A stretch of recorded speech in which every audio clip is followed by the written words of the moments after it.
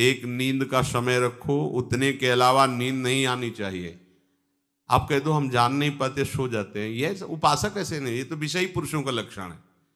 हमने निश्चय किया, नहीं सुना, फिर नींद कैसे आ सकती है? हमारी स्वीकृति के बिना नींद आ जाएगी, हमारी स्वीकृति के बिना काम आ जाएगा, हमारी स्वीकृति के बिना क्रोध आ जाएगा। क्या समझा है आपने अपने को, क्या समझा है? यही तो दुर्दशा का कारण हो चुका है, जो आप इतने अधीन होते चले जा रहे हैं, इतने हे भाव को चले। आपकी स्वीकृति के बिना कुछ हो सकता है? कुछ नहीं हो सकता है। आप स्वीकृति न दें कि ये गलत है तो क्रोध ही नहीं आएगा। आप स्वीकृति न दें कि ये मेरा है तो ममता ही नहीं होगी। आप स्वीकृति न दें कि मैं पुरुष हूं तो भोग ही नहीं होगा। स्वीकृति आपकी स्वीकृति ही है। तो अति भोजन, ये खट्टी डकारें नहीं आनी चाहिए उपासक को।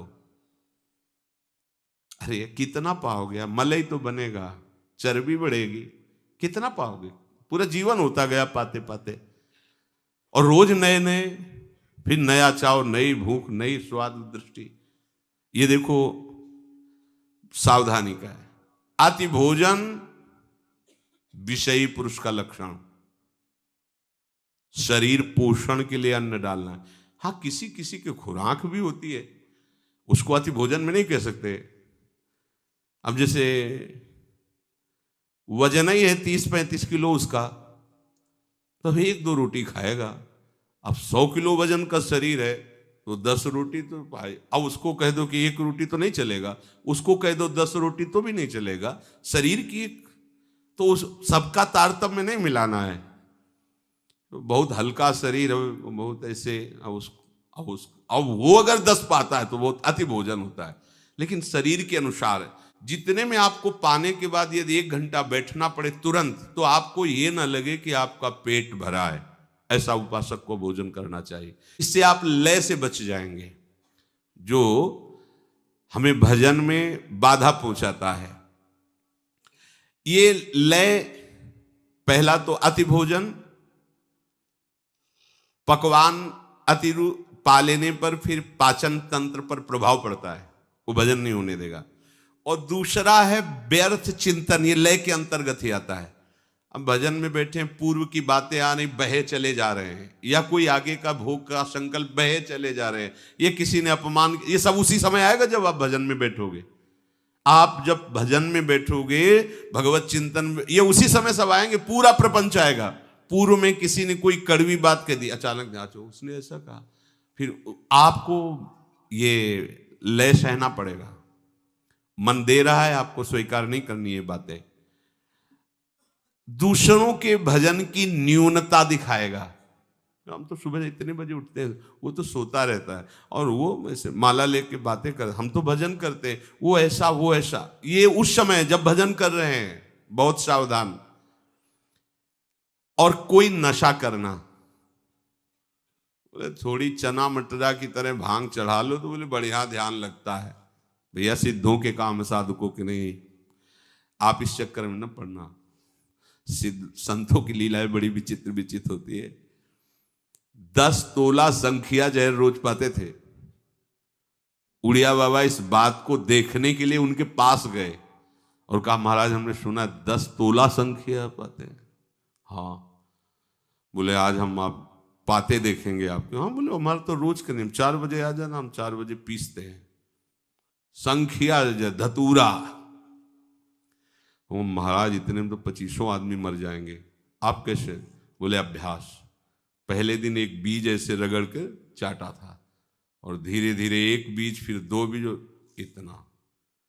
अब शंकर भगवान हलाल जहर, तो आप उनकी प्रसादी, धतूर का फल चढ़ता शंकर जी में, सेव का फल चढ़े तो प्रसाद रूप में धतूर खाओगे क्या? तो ये भी देखना है कि बड़े बड़े सिद्धों की अलग अलग लीलाएं रही। इछावर में एक फक्कड़ बाबा थे, मतलब इतनी सतुआ जैसे पाई जाती है, एक लंगोटी लगा, बड़े सिद्ध महापुरुष, बड़े सिद्ध महापुरुष, बड़े चमत्कार। साधक को ये सब नहीं करना चाहिए। आपको बिल्कुल कोई नशा नहीं, तमाकू नहीं, और ये जो दुनिया के जितने कोई भी नशा, जिसकी याद आवे ऐसा कोई व्यसन आपको, रोटी ही दाल से काम चला लो, आगे नहीं तो आजकल ज्यादा सिद्धि इसी में चल रही कि हाँ थोड़ा सा लगा। एक संत भगवान को देखा वह समय तो हमें लगा बड़ा भजन है, गंगा किनारे भ्रमण, बड़े हम अंदर से मतलब बड़ा श्रद्धा बड़ी कि हर समय से शांत ऐसे एकदम। तो कहा महाराज आपकी तो वृत्ति देख के ही लगता है कि डूबे। बोले पिंड नहीं छूट रहा, अफीम खाते थे वही अभ्यास में। बोले पिंड नहीं छूट रहा, अब थोड़ी अफीम चढ़ा ली बस ऐसे बेटे। हमें लगा कि मतलब ऐसी बढ़िया उन्मनी अवस्था है, मतलब हर समय अचेत रहते हैं। भैया ये सिद्धि काम नहीं करेगी भगवत प्राप्ति में, ध्यान रखो। चैतन्य होकर युद्ध करना है और समस्त विकारों पर विजय प्राप्त करना है। कोई भी व्यसन उपासक के जीवन में नहीं होना चाहिए, तो लय से बच जाएगा। उसी को ध्यान कहते हैं। जो लय हमारे यहां भगवत प्राप्ति में बाधक कहा गया है, जैसे आप कोई नशा पाए, अब तो बोले तो बढ़िया यार, बड़ा मन, चूंकि उस समय मूर्छावस्था जैसी होती है ना, एकदम बेशुद्ध अवस्था, तो उसको देखो देखो इसमें पकड़ो एक बात, संसार का चिंतन छूटा, उसको आनंद लगता है। नाली में पड़ा है, दूसरे दिन फिर पिएगा। क्यों? क्योंकि वो ऐसे संसार का चिंतन छोड़ नहीं पाता। जहां वो पिया तो मूर्छा सी अंदर से आई, वो संसार का चिंतन उसको विश्राम सा मिलता है। शयन में, नींद में जो आपको विश्राम मिलता है ना, संसार का चिंतन छूटने का। खास बात समझो, ये संसार का चिंतन छोड़ने पर ऐसा लगता है। कोई भी नशा जितना संसार का चिंतन छुड़ाता है उतना प्रिय लगने लगता है। ये इसीलिए कहा गया सबसे बड़ा नशा नाम है। अगर आप नाम निरंतर जपो और जागृत में संसार का चिंतन न हो तो आप परमानंद में डूब जाओगे।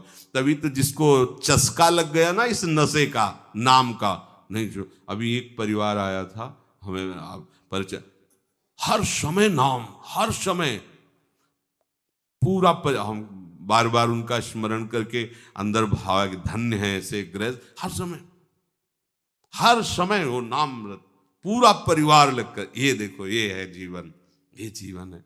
हम पूरे के पूरे समय हमें भगवान ने दिया है भजन के लिए, पूरा का पूरा जीवन दिया है, हम लोग प्रमाद करते हैं। देखो गृहस्थ है और नाम निरंतर, धन्य है वो गृहस्थ, धन्य है वो भूमि, धन्य है जहाँ ऐसे जन रहते हैं जिनकी जिह्वा से हर समय ना उनको भगवान की विशेष कृपा प्राप्त है। और विशेष कृपा प्राप्त करने के लिए ये जरूरी है, जरूरी निरंतर विक्षेप। ये जो बार बार विषयों का चिंतन होता है, चिंतन के अनुसार क्रियाएं हो जाती हैं, भगवत प्राप्ति में बहुत बड़ा विक्षेप है। विषय चिंतन, विषय क्रिया, और इस विक्षेप को आप विक्षेप मानते ही नहीं है। नहीं तो आप क्यों करते हैं? माना स्फुरना हो सकती, पर आपसे क्रिया कैसे होती है? और जब क्रिया हो रही है तो आप साधक नहीं तो साधु समाज में फिर रहने लायक नहीं हो, बैठने लायक नहीं हो, संभाषण लायक नहीं हो। ये व्यवहार का मार्ग थोड़ी है, ये व्यवहार का मार्ग नहीं है, ये परमार्थ है। अगर आप प्रियालाल के प्रति समर्पित नहीं हो, आपके आचरण पवित्र नहीं है, आप आचरण पवित्र नहीं करना चाहते हो, आप चिदानंद तत्व में स्थित नहीं रहना चाहते हो, तो जिसने अपने सगे संबंधियों का त्याग कर दिया वो तुम्हारा कैसे साथ स्वीकार कर सकता है? सोचो, जिसने, जो शरीर को पैदा करने वाले हैं, शरीर के सगे हैं, उनको तो ऐसे छोड़ दिया, फिर तुम्हें क्यों स्वीकार करेगा? तुम्हें तो इसीलिए स्वीकार किया ना कि तुम वास्तविक सगे हमारे हो, प्रियालाल से संबंध रखते हो, विषय निर्विकारता की तरफ आगे बढ़ रहे हो, तो स्वागत है आपका हमारे सगे संबंधी हो, आप हमारे स्नेही हो। नाते नेह राम के मनियत सुहद सुसेव्य जहालो, अंजन कहाँ आंख जो फूटे, बहुतक कहो कहा लो। वो अंजन किस काम का जो आंख फोड़ दे, वो मित्र किस काम का, वो शिष्य किस काम का, वो संग किस काम का, जिसके चिंतन में हमें प्रियालाल ना दिखाई दे, जिसके आचरण में प्रियालाल के प्रति समर्पण ना दिखाई दे। किस बात का मित्र? बहुत सावधान। विक्षेप से मुक्त होने के लिए अनात्म पदार्थों का चिंतन, उनके भोग की वृत्ति, उनमें सत्यत्व बुद्धि, सुख बुद्धि, इसका त्याग करना होता है। कषाय, मन के भोगों के चिंतन में लगने पर जब हम उसको हटाते हैं तो वो हमें क्लेश देता है। जो इस क्लेश को ना सह करके मन के अनुसार चल देता है उसे कषाय कहते हैं।